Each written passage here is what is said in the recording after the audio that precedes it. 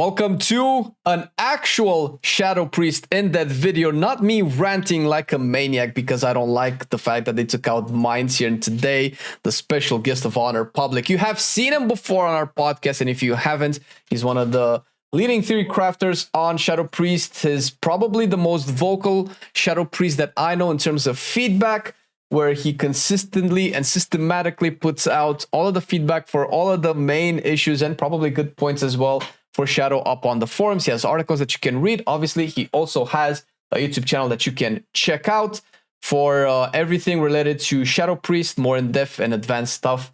But let the man talk a little bit about himself as well. Hey, thank you for joining me today, What's up, Publik. man?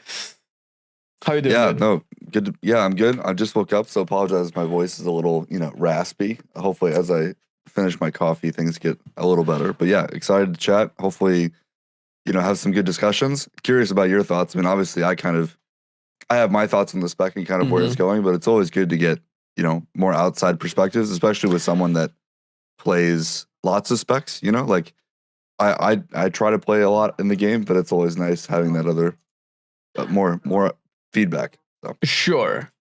Well, in terms of playing a lot of specs, I particularly had a more hands-on approach on Shadow this time around. Than in previous expansions. I did play a lot of the Shadowlands Shadow, and you know that we've DM'd a lot about finding a way to make that goddamn Venthyr Shadow Priest work, because for some reason I just wanted those mind games, man. Yeah, same, man. Same. But as far as the 10.0 Shadow, because I can give a little bit of a ground to work on, and then you can tell me based on my perspective, based on my understanding, and then actually explain it. Hopefully by putting out my average Shadow Priest thoughts out, I can with supreme humbleness speak for the average Shadow Priest as well when it comes to how I see the spec, although I do have my own biases. So in terms of me playing the Shadow Priest currently in 10.0, I think it's one of the best designed specs. Well, not without its issues, but I think it has the most interesting talent design ever, and that's mostly because the talents are interesting, period. There were rather, before the rework, almost no talents that were just plain all flat increase in damage or increase in resources or anything like that, which personally for me was very attractive because I also play a lot of Survival Hunter, which is the opposite. It has similar issues, or at least it had similar issues with Shadow just before the rework, where you had a lot of procs that you might ignore, a lot of resources that were kind of hard to juggle and not very straightforward, very convoluted. But at least the Shadow Priest sound tree was interesting, whereas the Survival one had a lot of boring 10% increases in points and half of the talents you might never take. So I was very happy going into the current the 10.0 Shadow Priest, because it was very fun, and I felt like the all god theme, whether or not it's impactful, because the capsules are probably not as impactful. I think you mentioned this in some of your videos as well.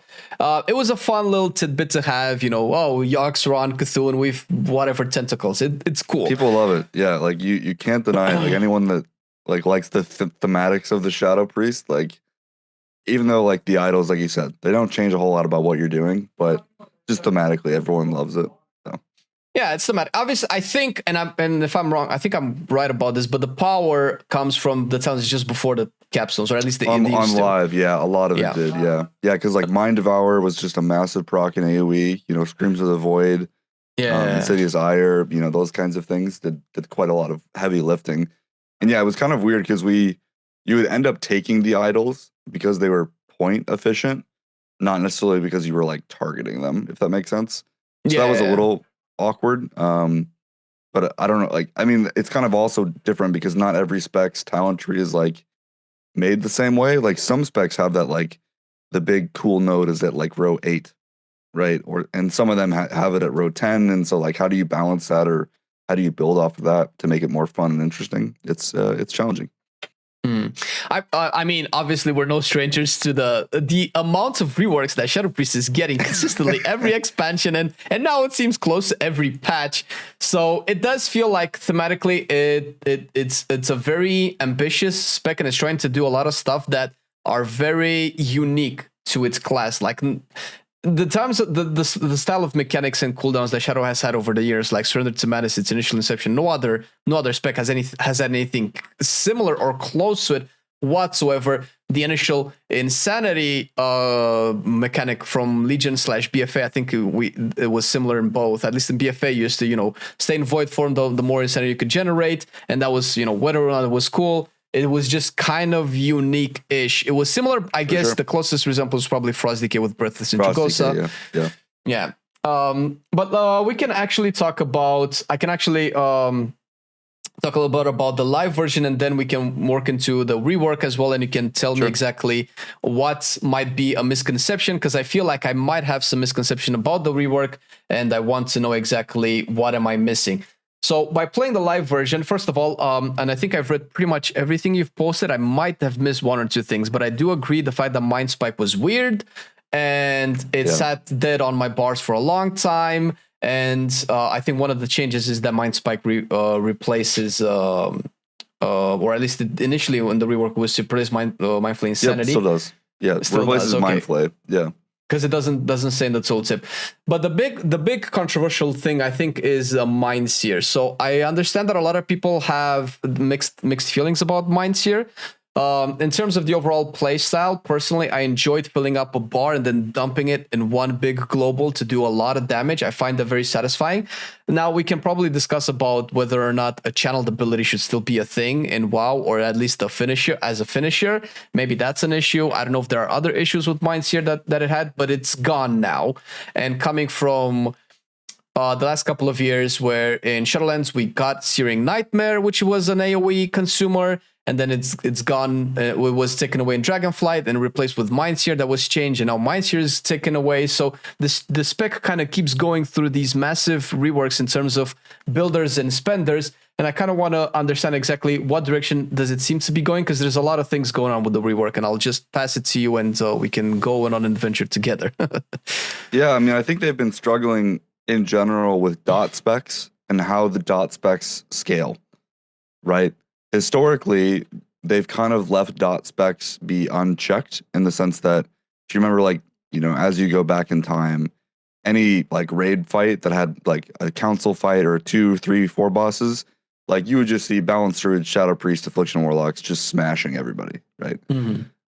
And that's because for the most part, specs were balanced around single target. They didn't really care about, like, they weren't balancing content for AoE at the time. Not really. Like, it was there. Like, you could do it, but it wasn't like something that was up front and center like Mythic Plus was. So I think ever since then, they've kind of struggled with, like, okay, where do we go from here? Because it's really hard to tune dot specs that deal damage through dots to be competitive on single target, and then also competitive on AoE. It just, like, that math is hard, right? Without doing some really weird stuff. So what do you do? And I think they've been trying to answer that for the last 3 expansions, and I'm not sure they've gotten there quite yet. Because they've been like, okay, we can try out this Mind Sear thing, but we also have Psychic Link. And I think this is one of the weirdness with the rework that people are bringing up, is that Shadow actually has quite a lot of different builds right now that I would call viable. Mm-hmm. You can kind of play any of the 4 idols in Mythic Plus, depending on the key, and actually do pretty well. Mm-hmm. And on top of that, there are even some people that have said, actually, you don't even need Mind Sear in a key. Like, depending on the key, you could even drop Mind Sear completely and go full Psychic Link build. So there's actually a lot of build diversity in that sense with the current setup, kind of giving you options where if it's like, yeah, well, if you don't take Mind Sear, you have more devouring plays and you're kind of like more single target focused. Mind Sear is the kind of more generic, I'm just going to hit everything kind of build, because the problem with a dot spec still, so when we move to 10.1, everything's going to be revolved around Psychic Link for AoE damage. Now, the problem with that is the way that you activate our AoE now is by spreading Vampiric Touch. So now you're kind of, the entire spec hinges on you getting out Vampiric Touches. And obviously, if you're fighting like 20 targets, you can't do that. Like, you're not going to sit there and dot 20 times, right? Even though we do have tools like Shadow Crash, which covers 8 targets. It's not as quite as mass AoE as Mind Sear was, even though it was soft capped. So yeah, it does feel like they're trying to give us a competitive answer or some kind of compelling AoE rotation, and for whatever reason, I was actually pretty surprised. They felt that Sear was not it. We've been playing with it for like, I don't know, 6 months, 5 months, and they're like, yeah, that's good. Yeah, we're done. Let's move you into something else, which I think like is okay, because I think having like, if you look at most specs in the game, they have like one thing that's like, oh, this is how I do AoE damage, right? To make the spec more intuitive and more clear about like what you should be doing. Because like right now, Shadow has like, well, yes, you have Sear. You also play with Psychic Link. You know, you also have like apparitions. You have your dots still. Like, where is my AoE damage coming from? Inescapable Torment, if you're talented into that. There's just so many different sources of AoE. It can be kind of, I think, overwhelming or hard to know what to prioritize. So in that sense, I think it's a positive that they've kind of picked something and they're like, yep, this is what it's going to be.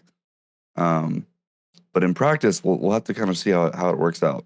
So, because we're basically going to be the ranged outlaw rogues in 10.1. That's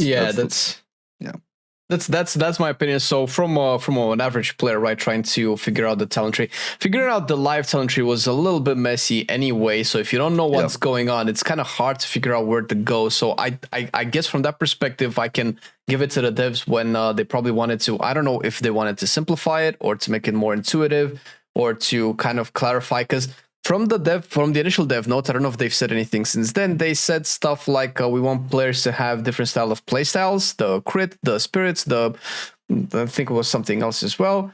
And like you said, that was a little bit confusing because there are so many playstyles that you currently have.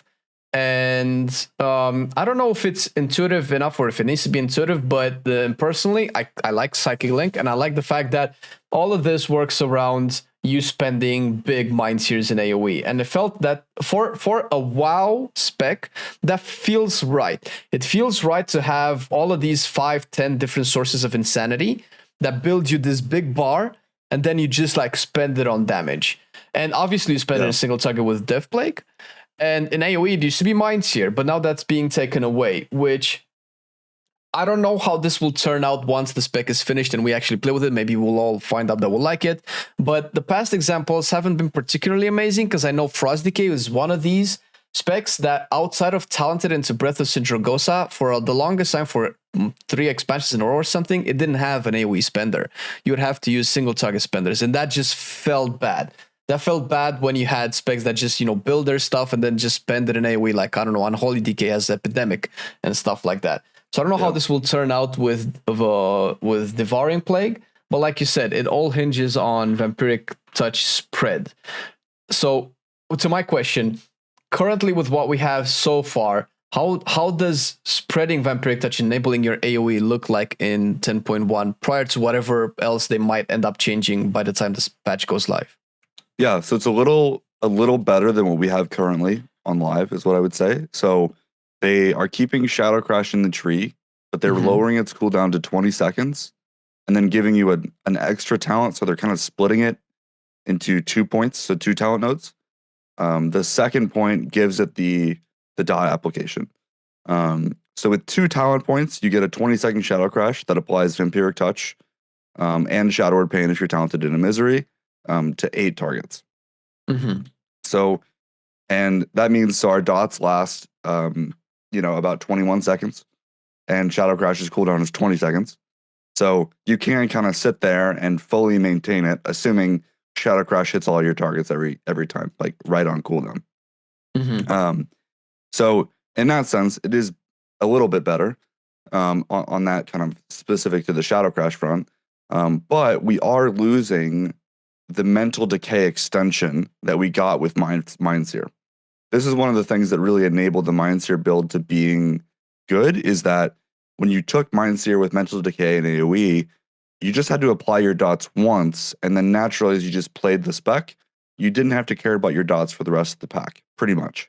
Unless it was something like Knockhood is probably like a bad example here, because in Knockhood, like all the enemies are kind of like moving around all over the place, and so Mind Sear wouldn't always hit everything, so you maybe have to like manually refresh 1 or 2. But without Mind Sear, we don't have that anymore. So we don't have any way to extend our dots in AoE without Void Form. We still have the Void Bolt extension from Void Form, So that is still a thing. But, it's kind of like, well, is that good enough? Is that intuitive enough? And it really does require and I'm sure you said you were playing a little bit. Maybe you've already encountered sometimes Shadow Crash just does weird stuff. Like the Z-axis problems in this game. Sometimes you can just target Shadow Crash on a hill or something or a staircase, and then it just hits nothing. No, yes, I'm very familiar with that. So having our AoE be the activation of our AoE be reliant on that is a little unfortunate, is how I would describe it. I really wish we still had some way to refresh and extend dots in AoE, maybe with Mental Decay. There are a couple ways they could do that, but I don't know if just having Shadow Crash's cooldown be 20 seconds is exactly good enough. And it really depends on the dungeons themselves, right? Because if you think about keys in Season 1, you don't often actually pull more than 8 mobs, especially if you're pushing keys. Obviously, if you're doing MDI style things, it's a little different, or if you're in a really lower key. But generally in push keys, pulling 8 mobs or 10 mobs, that's actually pretty kind of the high end of what we see today. Mm-hmm. So having Crash capped at 8 targets isn't that big of a deal. But with Season 2 dungeons, I'm not sure how much that's going to stay the same. So yeah, I cannot help but kind of draw parallels between Shadow Priest and Balanced Druid, because they're similar but they're also different. They're both work similarly in the sense that they want their dots to enable, first of all, their damage, but also their resource generation. Yep. But they have different styles of applying the dots, where we could argue that probably Shadow has a better time of applying the dots, although Balanced Druid has different options. For instance, Shadow can just use Shadow Crash and just have everything up, while Balanced Druid has to manually add things up. But then again, Balanced Druid can dot a lot more targets probably in the end than Shadow Priest, so there's that. So the reason I usually try to compare the two, because I think there's probably lessons to be learned from both. Because from what I can tell, the new talent tree, which is slightly better in terms of applying dots, you will never take Misery. You'll never take Shadow Crash without Misery, because it's just silly. Yep. Because there's no world where you want where you're oh, okay, I just want Vampiric Touch, or oh, I just want Shadow War Pain, or maybe there's a world where you just want Vampiric Touch, and if you had to sacrifice one of the two, you probably sacrifice Shadow War Pain, since Vampiric Touch enables your Psychic Link, and if I'm not mistaken, it enables the Shadowy Apparitions as well, right? Yes. Yep. Yeah, and then Shadow War Pain is Shadowy Insight is the big one. There's a couple other smaller things as well. Yeah. Okay. So, but that's the thing, because it kind of makes them that you're always going to take them together. And is there a world where you would take Shadow Crash and not take the second talent, Whispering Shadows? I don't think so. So as a compensation to lowering Shadow Crash's cooldown, so they lowered it by 10 seconds, right, from 30 seconds to 20 seconds, and then they nerfed its damage by 70%. Ooh. So what that means is just pressing Shadow Crash for raw damage, you're really not getting a whole lot out of it. It's even on live right now, on just single target, it's not doing very much, around 2%, I think. So they've nerfed that by 70%. So it's becoming more of a spell. So I completely agree. I don't know why there are very little reasons where you would just take the first point of Shadow Crash and not the second. So, yeah. Now, I'm trying to kind of understand what they want the spec to achieve. And you mentioned Mental Decay, which is part of the reason why I love playing Shadow on live, is because I can Shadow Crash, bar any issues that might happen, putting those to the side. I would never have to redot the targets. With Mind Sear, I would just keep that up, and of the off chance that the pack lived longer than 30 seconds, I can probably apply more dots for the remaining time for the extra targets that I wouldn't have, but that's usually probably never happens. I don't know if this is the case anymore. And the other question that I had is, because I can only compare it to the current playstyle, is there a world where in AoE you would use Shadow Crash to apply dots and then try to extend it with Mind Flay, or is that no longer worth it, considering that the dots kind of last as long as the cooldown is? Yeah, I mean, you'd have to effectively tab target to do that, right? So you're saying hit target A for a second, tabbed over to target B, and then keep cycling through that. Right. Because Mental Decay does not extend it in AoE. It only extends it on the one target hit by Mind Flay or Mind Spike. So I see. And we generally won't do that because Devouring Play will still only ever be on like one target, maybe two. And you want to make sure you have that full mastery benefit for all your spells, right? So it's pretty counterintuitive. What that actually means for builds right now in 10.1 is you just never take Mental Decay.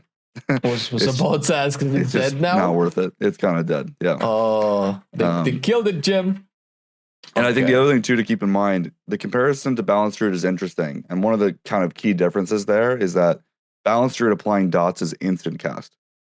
If you've played ranged at all in Season 1, and this is maybe is why they're going away from Mindseer and like the kind of channeled filler thing, there's just so many ground effects, man, that you have to move out from. Like, it's crazy. Especially, God forbid, it's like volcanic or quaking, whatever it is, right? There's just so many ground effects. So for a Shadow Priest to kind of, have to manually dot, that's all casted spells. So we can't do that while moving. We can't do that while repositioning. Mm-hmm. We can't just kind of sit there and free cast globals while we're moving and things like that, which I think is one of the bigger pain points of kind of manually dotting as a Shadow Priest, especially compared to other specs in the game. Like, I think we're the only ones now that have a casted dot. I know they were playing around with it a little bit with Affliction and Corruption, but I think they removed that.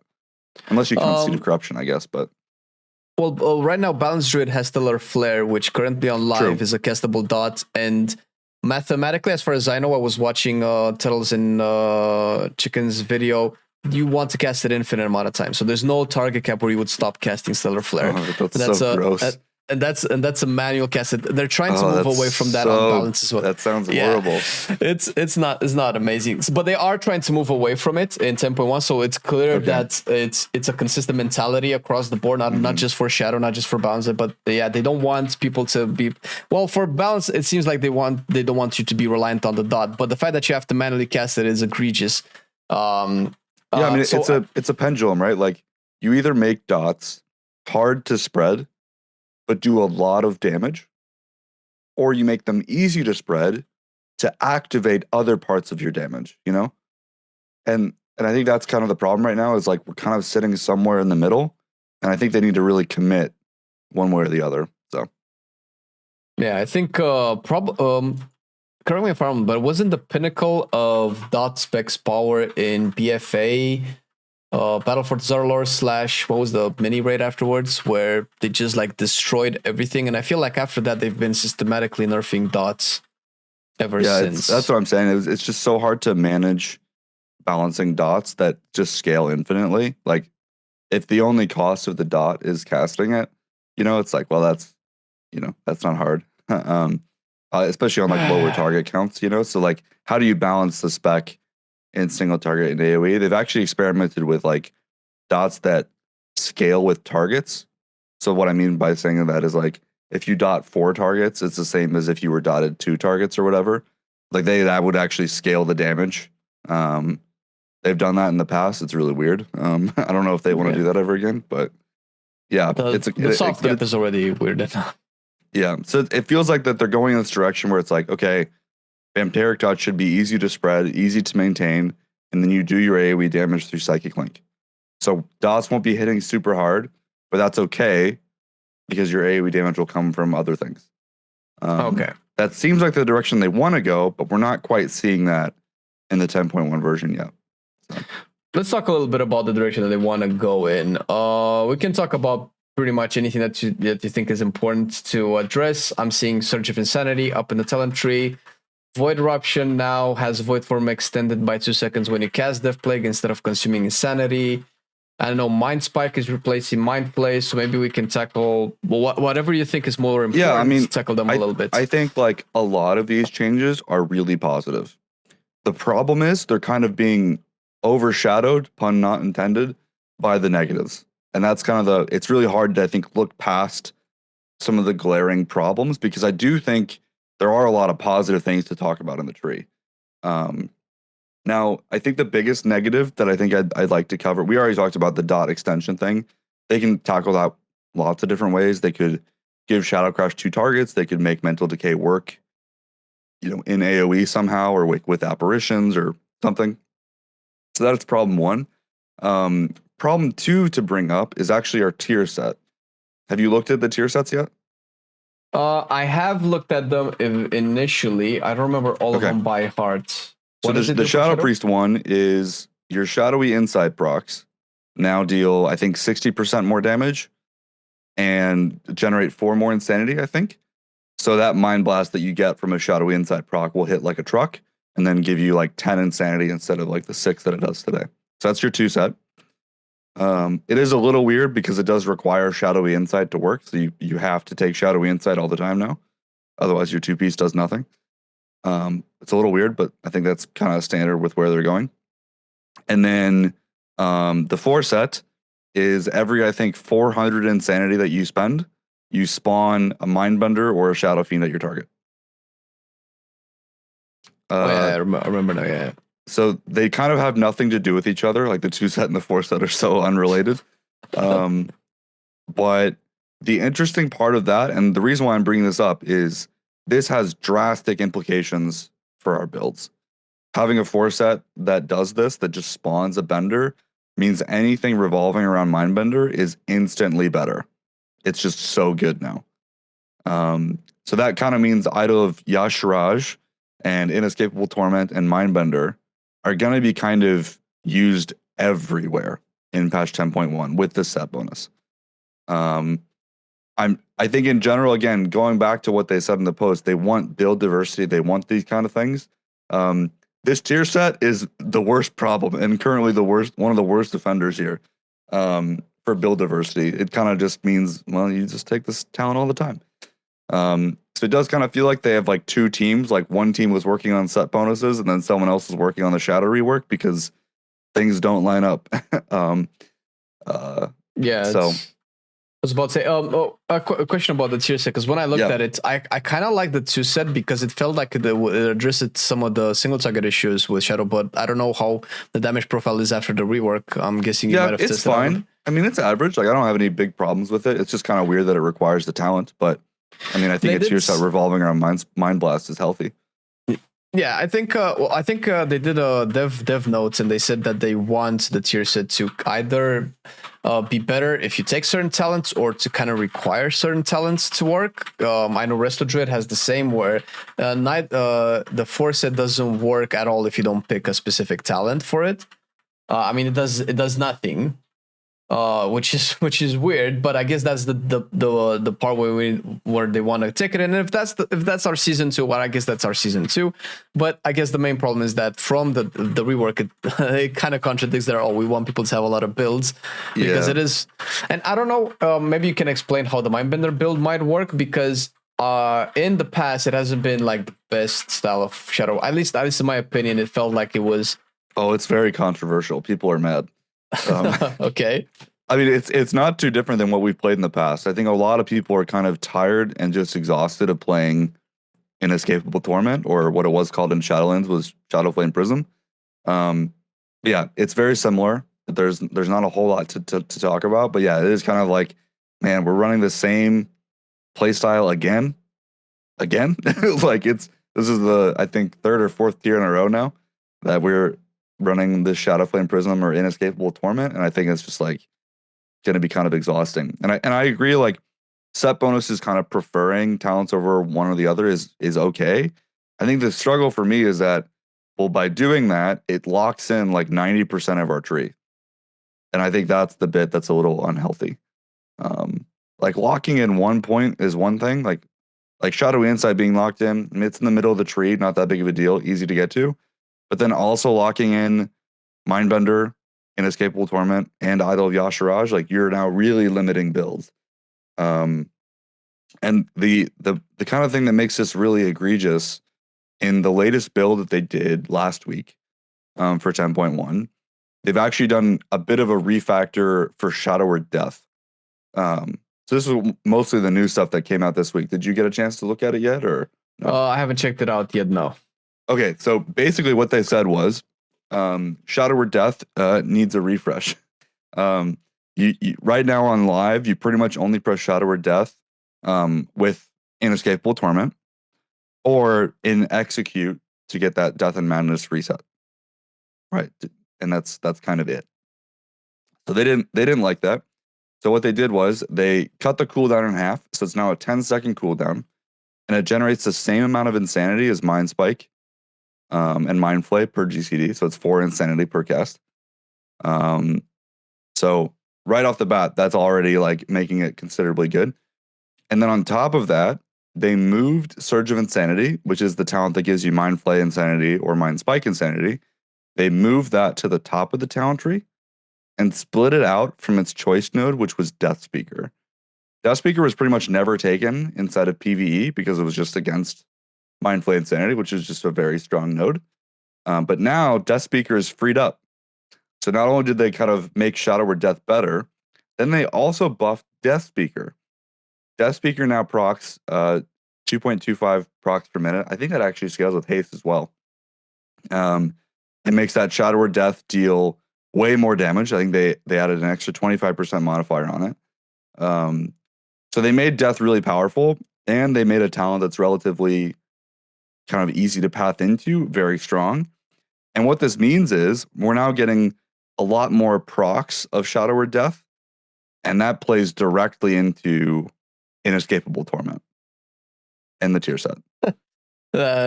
Someone in chat just accurately points this out. This is ironically named Inescapable Torment. You're not going to be able to escape from ever having to play this. So they made a tier set revolve around Inescapable Torment, and then they buffed Shadow Word Death, which I think was ultimately the right, like, Shadow Word Death needed some help for sure. And they give you some more procs, which are nice for movement, because we did lose Surge of Darkness. But like, so in a vacuum, it sounded okay. But if you think about it relative to Inescapable Torment, it's like, oh, well, now you're even double locked into Inescapable Torment. Like, now you definitely aren't escaping. This is you're on an island by yourself now. So, well, I have a feeling and an inkling that the tier bonuses that they've announced were more, considering that not all of them are also implemented on the PTR. A good reason why they've announced it is probably to get the players' feedback on the tier set, and considering that there's some cognitive dissonance between the development of the tier sets and the development of some of the specs, I would imagine that they're not final. And I am a big supporter of build variety, and if you're going to force me as a Shadow Priest into one talent, I would probably prefer something akin to Void Eruption or Dark Ascension, which is a beginner at the top of the tree, where I can still path towards other stuff if I want to, instead of like telling me what capstone to go for. But that's besides the point. Yeah, I think it's just hard, like, because I think players, like, what's the purpose of a tier set, right? Tier sets are designed to kind of change up what you're doing from tier to tier to make the spec feel, fresh, right? And I think that's kind of the problem, is I feel like this tier set from the get-go is kind of on the back foot because we've been playing with this Inescapable Torment playstyle for so long. It doesn't feel fresh. It doesn't feel new and exciting. It feels old and repetitive, and I think a lot of players, including myself, are just kind of looking to do something else, if that makes sense. So yeah, hopefully we have time to kind of address that. But I think for that reason, I would rather see a set bonus revolved around something else in our kit. Maybe it's Mind Blast, Shadowy Apparitions, Dots, something else. But yeah, we'll see. Yeah. Can we also go into, because I'm seeing like a couple of changes here, maybe another big topic to discuss would probably be Mind Spike. And obviously, I don't know the history of Mind Spike. I don't know if it was a thing before Dragonflight, but definitely came into Dragonflight, and ever since it came into, it was kind of controversial and also a little bit weird. Whether you liked it or not, you have to admit that it was a little bit weird, considering that, at least in terms of priority damage, it wasn't particularly amazing to press all the time, and you had a lot of procs, and it always feels bad for the design of a spec. It's like, oh, this button is shiny, but it's just not the right time to press it. It just feels weird, and it's definitely counterintuitive for a new player. Whenever a new player comes in, I mean, obviously they want to design the game where, okay, a new player cannot have major issues trying to play the game, because that's just weird. But you give them like 5 tools, but only 2 of them are good, and you don't tell them what 2 of them are actually good, then they kind of have to either figure it out, sim it, or actually look up a guide. Is never really ideal. So what is the deal with Mind Spike now within the concept of the rework? Yeah, so I think like they're going in the right direction. I think they just kind of need to finish it. So yeah, it wasn't intuitive that you had 2 filler spells basically, and like when to press which one depended on talent, right? It's not a very intuitive design, right? Now, the benefit of Mind Spike in the current 10.0 design, especially for people that play the spec at a higher level, was you could use Mind Flay as your primary filler, but still take Surge of Darkness and Mind Spike. But then you only ever use those procs for movement. Basically saying you could kind of bank up 3 procs of Mind Spike and use that for movement that actually still did good damage. So you didn't really lose a lot or hardly anything at all by having to move for mechanics, which, as we talked about earlier, there's just so many ground effects or so many raid mechanics or dungeon mechanics that kind of force you to move. That was really nice. Like, you had a lot of instant cast globals to use for that. So on one hand, it was kind of counterintuitive. On the other hand, it did give the spec a lot of mobility. So that's where I think some of the controversy is. They kind of removed that part of our kit by making it combine with Mind Flay, and then they removed Surge of Darkness, so we don't have that as much. So mobility as a Shadow Priest will feel like it's going to be a little bit worse, I think, next year. Now, the counter to that is they did add Death Speaker, and we're going to be probably taking Death Speaker all the time, so we'll have more Shadow Word Death procs to use while moving. It'll be not quite the same, but it's still something. Aside from movement, that was kind of the main reason we took it, was because of Surge of Darkness, and then also kind of helped us path into certain things better. In 10.1, because they removed Surge of Darkness and they put it down 1 in the tree, meaning it's in the middle section of our talent tree now, not the top section. What that means is they felt like they needed to buff it because it's a talent point, right? Like, you can't just have a talent point there for like cosmetic reasons. Because on live right now, if you just look at the damage of Mind Spike versus the damage of Mind Flay without any talents, they're basically even. They generate the same insanity, I think. They do basically the same damage per second. It's really just kind of a preference thing if you don't factor in the other talents. On 10.1, they moved it down to the middle section, and I think they felt like they had to compensate for that because it is a talent point. So they did make Mind Spike just flat out better than Mind Flay considerably. What that means is there is never going to be a case in 10.1 with current tuning and current builds where you don't take Mind Spike. That's how good it is. It's so point efficient. Okay. So, will it hard cast it even? Yes. Okay. So you don't play with Mind Flay in 10.1.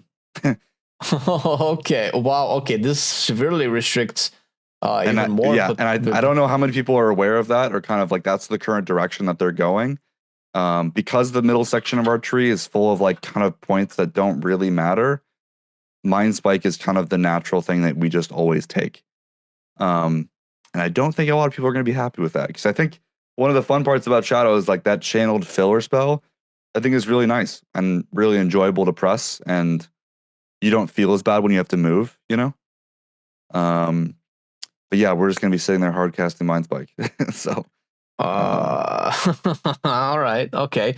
Well, I am criticizing the rework, but that's besides the point. Like, if it turns out that overall it just works by the end, that's fine. But I guess this would just be another design of Shadow that, oh, is it gonna work? Well, let's actually test it, and it's not obvious that things work, and it's probably gonna be just another rework that's gonna probably be reworked in the future if it's not okay. If it doesn't give us the feeling like, okay, this is it, this is what we want. Yeah, I mean, I think there's some tweaks that they could do to kind of make it work and make it make sense, but it just kind of depends on like, are they willing to just do band-aid fixes, or do they want to do like full big changes?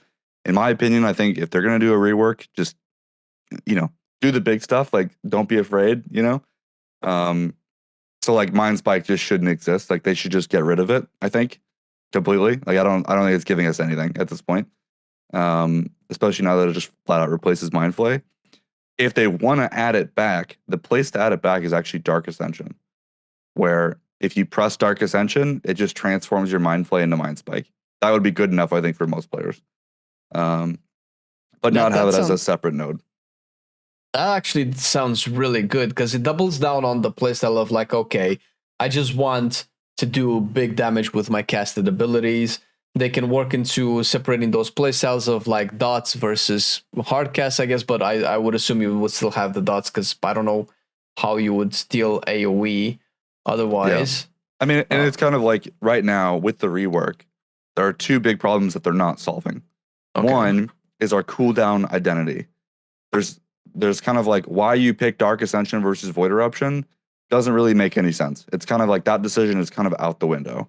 You have to look at sims to tell you. There's not like key playstyle differences between the two. And they're not fixing that in 10.1. In fact, it's actually getting considerably worse, where like Void Form is significantly behind Dark Ascension now in 10.1. Significantly behind, to where I actually don't think you will take Void Eruption very often. Be very, very, very rare.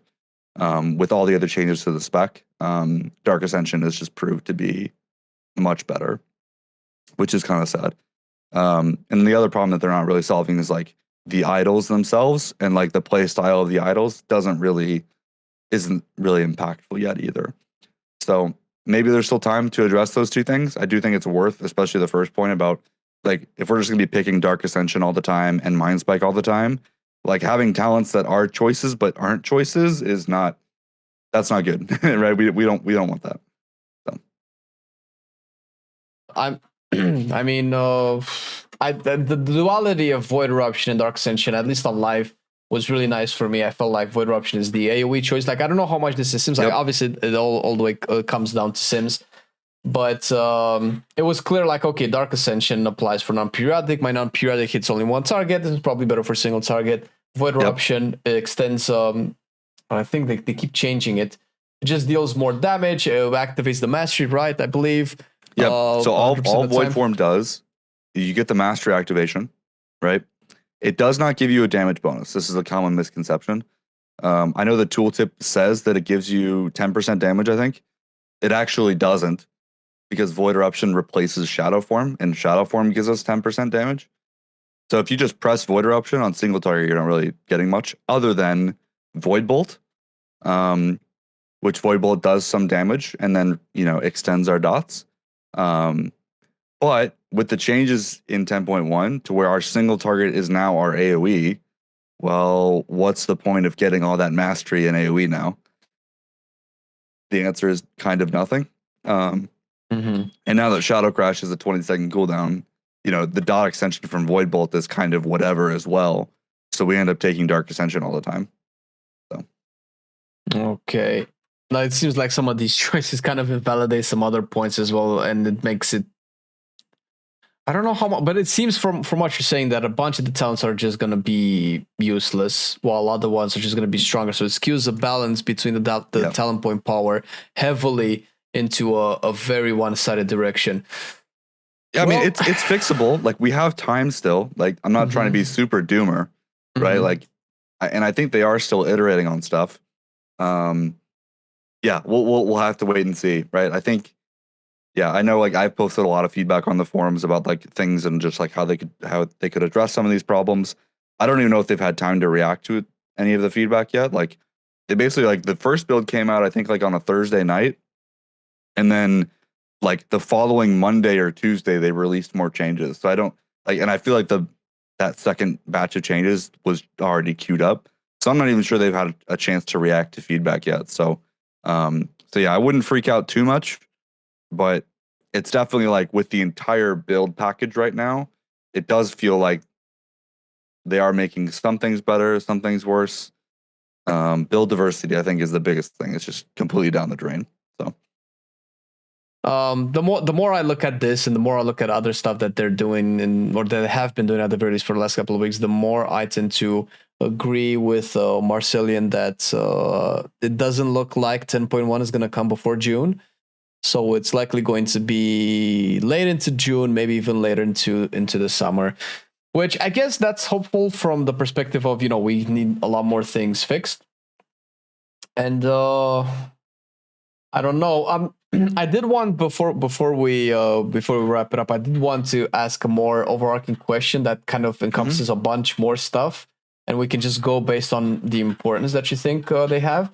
So there's a bunch of talents now. they've changed a bunch of icons and some of the names, so I'm not exactly sure. I have to kind of put them side by side a lot.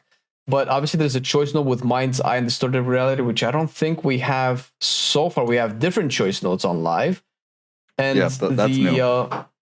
I guess the pseudo capstones, we could call it, like Screams of the Void, have been swapped around. And there are more paths, or at least a path that's been moved, or at least one more path at the very most, to kind of go into the capstones. So can you tell me exactly, like, all of these new things, what do they mean for the builds or for the capstones or for the viability of the talents? Because some of them have been swapped around and it kind of felt like they made sense where they were before, but maybe not as much anymore. What are your thoughts on all of the new talents, the swaps, the new capstones, the loss of the capstones, choice nodes, and so on, and stuff like Phantasmal Pathogen and things like that? Yeah. Do you want me to like share my screen? Would that be helpful if I just like kind of walk through it? Okay. So let's talk about pathing a little bit. I think in general, pathing the bottom section got better.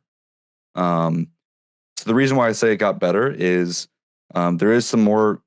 So they more or less, they left this bottom left section the same because it kind of made sense, right? All these talents kind of work together. But most of the other idols didn't really have as much of that synergy with like the talents in rows 8 and 9 leading into them didn't always fit. So they definitely have addressed that problem. So, with Void Torrent, you can path that into Insidious Ire. Insidious Ire now works with Void Torrent, so there's some synergy there. And then Void Torrent can now also proc Idol of Cthulhu. So all of these talents in this kind of bottom right section work very well together, and there's some interesting choices there as well. Similar to that, Idol of Yogg-Saron, and same kind of deal. To get into Idol of Yogg-Saron, you have to kind of invest into your shadowy apparitions with Auspicious Spirits, Tormented Spirits, and then Yogg. So that makes sense, like from a logical pathing perspective. And then Idol of N'Zoth, one of the biggest things we were asking for with Idol of N'Zoth was be able. So what is cool about N'Zoth is that it's not an RPPM effect. So what that means is the more ticks of your dots that you get, the more procs that you get, which works really well with Screams of the Void, which is just saying, yep, pressing Devouring Plague, your dots tick faster for the next 3 seconds. So the fact that is now leading into N'Zoth is really cool, and you can get some cool builds with that. What that actually ends up looking like, you can now take Cthulhu and N'Zoth at the same time, which is pretty powerful. A lot of us were asking for that before. So that's good. I think the problems with this bottom section is really this new node Mastermind. It's kind of just randomly thrown in here. This is the main problem with this kind of bottom section. It's a crit talent. I think they recognize that Shadow Priest doesn't really have a whole lot of reasons to like crit, so they're trying to inject that into the talent tree with Mastermind and Mind Melt. Doesn't really work out very well. I don't think we never take Mastermind. It's really not worth it as a Shadow Priest to invest into crit right now. I think they need to have, if they want us to like crit more, I think you need to have more base crit interactions rather than forcing it into a talent. But we'll see how that shakes out. So yeah, bottom section overall feels like an improvement. The middle section generally feels similar, or if anything, maybe a slight downgrade. So what this looks like if we kind of go in here, so let's kind of talk about builds, I guess. The top section does still have this problem where if you're in AoE, you won't be able to pick Intangibility or Mental Fortitude or Last Word in Psychic Horror. Like you only have 2 utility points up here, because once you're in AoE, you want all of these 3 things.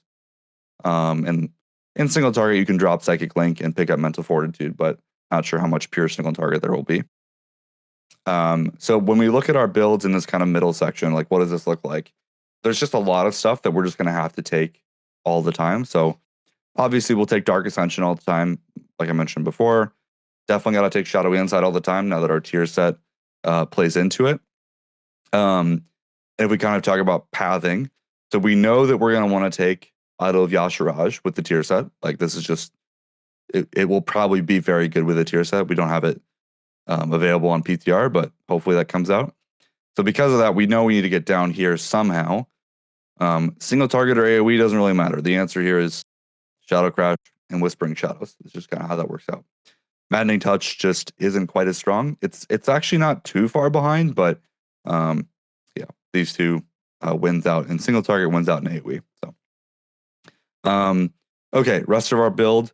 So we know that we're gonna want to get down to like some of these points as well. So we have to pick some stuff to get that opened up. Mind Spike ends up being very point efficient at this point. We'll pick that all the time. We definitely want to get down to Void Torrent. So that means we do need to get down to this node. I did mention this briefly. So this is one of the new ones. So you can either pick reducing the insanity cost of Devouring Plague by 5, so making it a 45 cost spender, or you increase the damage of Devouring Plague by 20%, but increase its insanity cost by 50%. Distorted Reality is a terrible talent. You should never take this. It's very undertuned, very lackluster, and kind of a DPS loss, depending on the case. So this is quite bad. I'm not quite sure. I think their goal here was, if you want to take a talent that makes it easier to maintain Devouring Plague, Distorted Reality could be that option, but in practice, it doesn't make anything easier, actually. Super not good.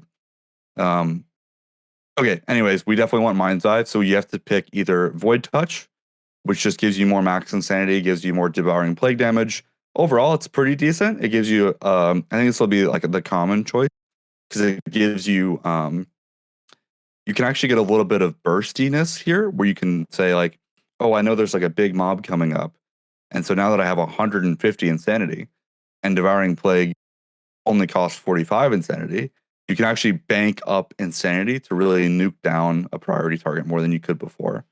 So I think it's going to be a pretty popular combo. Okay, so now I need to spend 5 more points. At this point, things are kind of up in the air, but it seems like we'll always pick Ancient Madness as one of those points. So then we have 4 left over. At this point, you can kind of do whatever you want with it. The Dark Evangelism seems to be like the go-to for a lot of things. We have this new Phantasmal Pathogen talent we'll probably take in single target. And this is kind of what that'll look like. So yeah, middle section feels kind of bad. Unfurling Darkness is pretty much, you'll never take this in PvE. We talked about this earlier. Mental Decay doesn't really make a whole lot of sense anymore. Mind Devour is heavily nerfed compared to what we have on live, especially now that we don't have Mind Sear. There is a chance that this talent becomes good depending on where they land with the tier set. This could have a positive interaction with the tier set, and we might do something like that. But since we don't have the tier set on PTR, we're not quite sure yet. And then, yeah, like I said, you're in the bottom section here, and this gets really easy. You just and there's your talent tree. So this is. So the only difference between this and let's say single target, you give up Psychic Link and you take Mental Fortitude, and that's it, I guess. Yep. Well, that's the build diversity, I guess. Jesus. That's it. Yeah. Now you can. I'm being a little facetious. There are some options. In AOE, if we're talking about pure AOE, you do have a couple options here. You can drop Cthulhu and go Screams N'Zoth instead. So this build is also doing okay in certain keys in early data. This is after you said that you can play N'Zoth and Cthulhu at the same time. Yep. Unfortunately, the tier set locks us into this. So yeah, that reality has gone away. And then the other thing in AOE, you can kind of play with like this talent is mostly single target. So you could actually say like, okay, well, in AOE, maybe I'll go Maddening Touch instead. Do something like that as well. You could also go Mind Melt is another option. Usually if you go Mind Melt, it'll look, let's see, something, I think we usually go something like that if you go Mind Melt. So yeah, you have some options. It's kind of that, like this middle section has a couple things. If I go to, let me see. I actually made a graph for this on my Twitter. that everyone just loves. Follow me at Publik Priest. Okay, Twitter's not loading. Okay, better do that. Let me see. Where's my lovely image? Okay, so this is kind of what our tree looks like. So the nodes that are green are you take these all the time, right? So that's kind of what I was talking about before, where like the build is just so static. Like these are just you take these all the time. This top section you do have to put 2 points somewhere in these 4 nodes, but I just didn't put it because it's not DPS related. And then in this middle section, you pick either Void Touched or Mind Melt, and then you fill points with the guys in orange. And then, like I mentioned before, in this bottom section, you either go N'Zoth or Cthulhu. So, yeah, the tree is very solved. There's not a whole lot of choice going on. It's pretty limited, unfortunately. And again, most of this problem comes down to the tier set, and then the buffs to Shadow or Death, just like combining with each other and just making this bottom section just so strong. Yeah, kind of limits that choice. But yeah, I mean, if we kind of remove the tier set and like pretend it doesn't exist, there are some wacky stuff that we can do here. For example, you can get 3 idols. That's technically possible. You have to drop Void Torrent, Death Speaker, and Mindbender for it, but it is technically possible. So this was something people were curious if it would be used, but unfortunately, with how strong Void Torrent is, and now Discharge being mandatory or Yashiraj being mandatory, yeah, unfortunately, it doesn't really become a thing. So was gonna ask. I don't know if it's necessarily a silly question, but the tier set read as Mindbender procs. It didn't necessarily presume that you have to have Mindbender talented, clearly. Obviously, if you have stuff like Inescapable Torment, you would imagine that it applies to the Mindbender proc from the tier set as well. Sometimes these things are not mentioned, and sometimes they work, sometimes they don't work with each other. So it could just be that Inescapable Torment doesn't affect the Force, which would make the Force even less boring. But on the off chance, but on the other side is that it might not lock you into Yashiraj, I guess. So if we take it does actually say it works with Mindbender or Shadow Fiend. At least in the blue post, it said it works with both. So or maybe with spell data. Yeah. All right. So like if you don't have Mindbender, it'll spawn a Shadow Fiend for you. But yeah, that's a big question mark. Like, does it work with Inescapable Torment? Does it work with Yashiraj? It feels like it should. The other question that we don't know is, what happens if you already have a Mindbender active? Does it spawn a second one? Does it extend the first one? You know, these are all questions. Like, since we can't test it, we don't really know. But that means our tier set has like a very large swing in damage. It could be a 3% increased tier set or a 12% increased tier set. We have literally no idea. So okay. So if we can sum it up, and I know you have this. I think you have this in your article, and you've also released a video recently, right? I think I've seen it, which is the video version. I did some before the changes this week. Okay. So it's missing some stuff, but it has the bulk of it is still accurate. And yeah, and we're actually planning on doing a podcast tomorrow as well on my Twitch channel. So we'll talk more about this in depth tomorrow as well with a few other folks.